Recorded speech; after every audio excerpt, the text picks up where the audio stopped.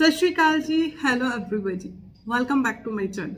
आई hope आप सब ठीक ठाक होंगे, हेल्दी होंगे। आज एक गुड न्यूज़ आई है नैनी प्रोग्राम की तरफ से, नैनी की तरफ से अपडेट आई है। तो सबसे पहले तो है 8 जुलाई 2021 को आई है पब्लिक पॉलिसी लॉन्च हुई है, अनाउंस हुई है। जो जिनके टेम्परेरी फाइल्स नंबर आए हुए हैं, अब बच्चों के जिनके यूसीआर नंबर नहीं आए, टेम्परेरी फाइल्स नंबर आए हैं, अगर उनको कोई है कि नहीं हमें इसे वर्क परमिट में चाहिए, हम वर्क परमिट में जाना चाहते हैं कनाडा में, तो वो 7 अगस्त 2021 तक बता सकते हैं। अगर उन्हें कोई ऑब्जेक्शन नहीं है कि हमें सीधा पीआर ही चाहिए, तो उन्हें बताने की ज़रूरत नहीं है। तो मोस्टली मुझे इतना पता है कि हर बंदा ये चाहेगा कि हम डायरेक्टली पीआर पर ही जाएं, क्योंकि हम इतनी देर से इसमें वेट कर रहे हैं इस प्रोग्राम में। तो होपफुली इनके रिजल्ट्स आने लगे हैं। तो मेरे कुछ कैंडिडेट्स के जो हैं पीआर नंबर्स भी आ गए हैं। तो एक दो जो कैंडिडेट्स हैं उनकी क्या बोलते हैं, डायरेक्टली आईआरसी की तरफ से ईमेल आई है और उनको डायरेक्टली पीआर नंबर मिल चुके हैं। तो ये बहुत अच्छी गुड न्यूज़ है सभी के लिए जो मोस्टली इस पर वेट कर रहे हैं। तो मैं आप सभी कैंडिडेट्स को ये कहूँगी कि अगर आपने नैनी की फाइल लगाई हुई है तो आप अपनी जो मेल है वो हमेशा चेक प्रॉपर करते रहें। आई 30 जुलाई की, अब काफ़ी बच्चे पूछे कि 30 जुलाई को कोई अपडेट क्यों नहीं आई, कोई डिसीजन आप कह रहे थे कि 1500 एप्लीकेशंस का डिसीजन आएगा, वो क्यों नहीं आया। तो अगर उस पर कोई डिसीजन आया भी होगा तो वो बच्चे की जो ईमेल उसने इमिग्रेशन में दी होगी उस पर आ रहा है, वो आप प्लीज़ चेक करिए। और दूसरा ये है कि जिस बच्चों ने टेम्परेरी फाइल नंबर्स आ गए हैं, जिनको यूसीआर नंबर आ चुके हैं, जिनको एआरओ नंबर आ चुके हैं, वो सीधा वर्क परमिट में जाएंगे, ये है। और होम चाइल्ड केयर प्रोवाइडर की फाइल जो है मोस्टली कंप्लीट हो चुकी हैं। काफ़ी बच्चे मुझे फ़ोन करके ये कहते हैं कि हम चाइल्ड केयर में फ़ाइल लगा सकते हैं। आप लगा सकते हैं पर अभी नहीं लगा सकते, 1 जनवरी 2022 में लगा सकते हैं। पर जो होम सपोर्ट वर्कर की फाइल्स हैं वो अभी हैं, इनमें फाइल्स जो 2750 है, अभी इसमें एप्लीकेशंस बची हुई हैं, आप इसमें अभी लगा सकते हैं। तो ये है। और बाकी ये है कि 2 साल से हमें इतना वेट क्यों करना पड़ रहा है, इसमें इतना डिले क्यों हो रहा है, क्योंकि आप सभी को पता है ड्यू टू पैंडेमिक करके ट्रैवल रिस्ट्रिक्शनें लगी हुई हैं, अभी 1 महीने के लिए और लगी हुई हैं। जैसे ही एक महीने की रेज होती है तो हमारा प्रोसेस कुछ फास्ट होगा। और जिन जिन का अब आ रहे हैं उनको ये लिख के भी आ रहा है कि मोस्टली पहले से प्रोसेस इमिग्रेशन का फास्ट हो रहा है। तो इस पर अब इमिग्रेशन नैनीज प्रोग्राम्स पर ध्यान देने लग गई है। तो आप घबराइए नहीं, आप सबके रिजल्ट्स आएंगे। और काफ़ी बच्चों का ये क्वेश्चन होता है कि जी हमने फाइल लगा दी है, हमारी फाइल को 6 महीने हो गए, पर जो मैंने फाइल लगाई थी, जैसे मैंने 1 जनवरी 2021 को लगाई थी और मेरा एलेट्स 1 अप्रैल 2021 को ख़त्म हो गया, तो मुझे दोबारा एलेट्स सबमिट करने की ज़रूरत तो नहीं पड़ेगी।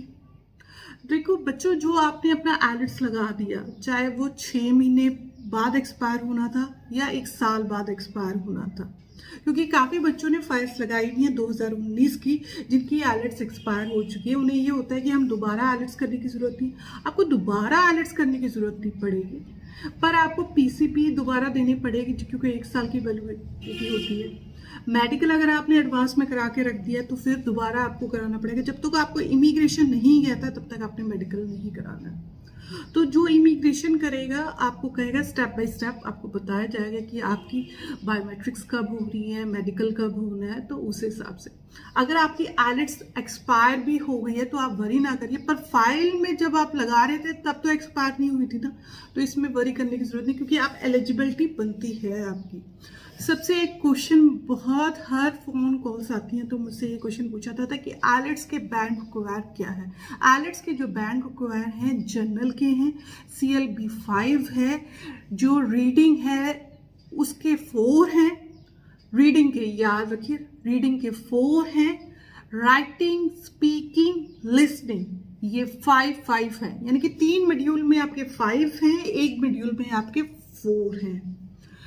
तो आप इसमें कंफ्यूजन ना होइए। और आपकी जो क्वालिफिकेशन है वो मिनिमम ग्रेजुएशन होनी चाहिए, जिसकी ईसी होनी चाहिए, 6 महीने का कोर्स हो, एक्सपीरियंस हो, आप एलिजिबल बन जाते हैं। और आईलेट्स में आपके 5 बैंड हो।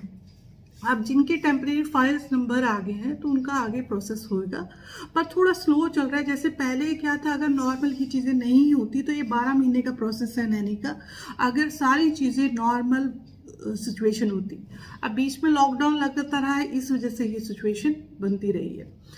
तो दूसरा है ये क्वेश्चन तो हो गया बायोमेट्रिक्स में। बच्चे पूछे हमारी बायोमेट्रिक्स कब होंगी। जब तक आपको आपके इमिग्रेशन वाले कहते नहीं कि आपने बायोमेट्रिक्स नहीं करानी, तो आप उससे पहले करवा भी नहीं सकते। आपने मेडिकल नहीं करवाना, क्योंकि मेडिकल एक्सपायर हो जाता है। जब आपने करंटली जाना होता है तो आपको मेडिकल कराना पड़ता है। तो ये होप है इस साल तक 2021 तक दिसंबर तक मोस्टली नैनीज के रिजल्ट्स आ जाएंगे। तो थोड़ा होप आपको रखनी पड़ेगी, आपको होप नहीं छोड़नी पड़ेगी, क्योंकि सभी के साथ है। तो आपको रिजल्ट भी आएंगे, पॉजिटिव भी आएंगे। अगर आपकी पॉजिटिव रिजल्ट भी आएंगे, आप कनाडा भी जाएंगे। अगर आप ईसी कराना चाहते हो या नैनी का कोर्स करना चाहते हो, आईक्यूएस करना चाहते हो, आईसीएस करना चाहते हो या वेस करना चाहते हो, तो हमें कांटेक्ट कर सकते हैं। हमारे डिस्क्रिप्शन में नंबर है 8427328156। दूसरा नंबर है 9592686942। और आपको ये कहना चाहूँगी कि जिन जिनके टेम्परेरी फाइल्स नंबर आए हैं वो कमेंट बॉक्स पर मैसेज कर सकते हैं। काफ़ी लोग कहते हैं हमारे टेम्परेरी फाइल नंबर आ गए हैं, एआरओ नंबर नहीं आए हैं, कुछ अपडेट है या नहीं है। अगर आपके साथ फाइल नंबर आ चुके हैं तो आप बता सकते हैं। अगर आपका एआरओ नंबर आया, अगर आप कोई परेशानी फेस कर रहे हैं इस नैनी प्रोग्राम के रिलेटिव कि आपका टेम्परेरी नंबर किसी बच्चे का टेम्परेरी नंबर पहले आ गया, फिर एक बार आ गया, फिर एक बार आ गया, किसी के 4 बार आए हैं टेम्परेरी नंबर, तो उसमें वो घबराए ना। नंबर तो वही रिपीट हो रहा है, बाय मिस्टेक वो आपको आ गया, वो ऐसी कोई बड़ी बात नहीं है, बाय मिस्टेक आपको वो दोबारा आ गया। तो अगर फिर भी आपको इसके रिगार्डिंग कोई भी जैसे कोई दिक्कत आ रही है, तो आप जिससे फाइल लगाई, जिस कंसल्टेंट से आपने फाइल लगाई है, चाहे कनाडा से लगाई, चाहे इंडिया से लगाई है, तो आप अपने कंसल्टेंट को कांटेक्ट कर से उसे ये कह सकते हैं कि आप हमारी एम्बेसी में पूछ के बताइए कि कितनी टाइम लगेगा, क्या होगा, या किसी की फाइल्स नंबर नहीं आए। ऐसे बच्चे भी हैं जिनके 7 साल हो गए जिनके फाइल नंबर नहीं है, जिनके फाइल्स नंबर नहीं है साल के, वो कमेंट बॉक्स पर मैसेज भी कर सकते हैं। तो उनको मैं ये राय दूंगी, तो मैं उनको ये राय दूंगी कि आप जो है अपने इमिग्रेशन को कांटेक्ट करें, क्योंकि IRC ने ये कहा है कि अगर आपके टेम्परेरी नंबर साल तक नहीं आते हैं तो हमें आप कांटेक्ट कर सकते हो। तो फाइल नंबर क्या होता है? फाइल नंबर ये है, जैसे एक फाइल है, मुझे रिसीव होगी, आपने फाइल दी, आपने इमिग्रेशन लॉयर को दी, उसने फाइल कंप्लीट करके इमिग्रेशन को पोस्ट कर दी। इमिग्रेशन को जैसे ही पोस्ट करते हैं तो फाइल मैंने रिसीव करी, फाइल मैंने खोली, फाइल खोलने के बाद मैंने इसको फाइल नंबर दे दिया, और जो ये फाइल है ये क्यूब में लग जाती है, ये लाइन में लग जाती है। अब इसके बाद दूसरी फाइल आई, वो इसमें क्यूब में लग गई। ऐसे मैंने एक नंबर दे दिया, जैसे इसको 1 दे दिया, इसको 2 दे दिया, ऐसे करते 3 करके ये टेम्परेरी फाइल नंबर होता है। ये क्यों PR नंबर नहीं होता? PR नंबर लास्ट स्टेट पर आता है जब आपका वीज़ा लगना होता है। तो ये हो गया, ठीक है जी। अब इसके बाद फिर क्या होता है? UCR नंबर आ जाता है। फिर ये धीरे धीरे आपकी फाइल सारी चेक होगी कि आपके डॉक्यूमेंट्स ओके हैं, आपकी सारा कुछ चेक होगा। उसके बाद आपका ये चेक करा जाता है कि कोई बंदा वैसे तो नहीं है, इसने कोई गलत सर्टिफिकेट तो नहीं लगाया। ये सारी चीज़ें आपकी चेक होती हैं, उसके बाद आपको PR नंबर मिल जाता है। तो काफ़ी स्टूडेंट्स को मिलने शुरू हो गए हैं, आई होप आप लोगों को भी शुरू हो जाएंगे। फिर भी आपको कोई दिक्कत आती है तो मैं आपको कहूँगी कि अपने कंसल्टेंट के साथ कांटेक्ट करिए, आप उन्हें बताइए अपनी प्रॉब्लम। अगर फिर आपको नहीं समझ आता तो कमेंट बॉक्स पर मैसेज कर सकते हैं।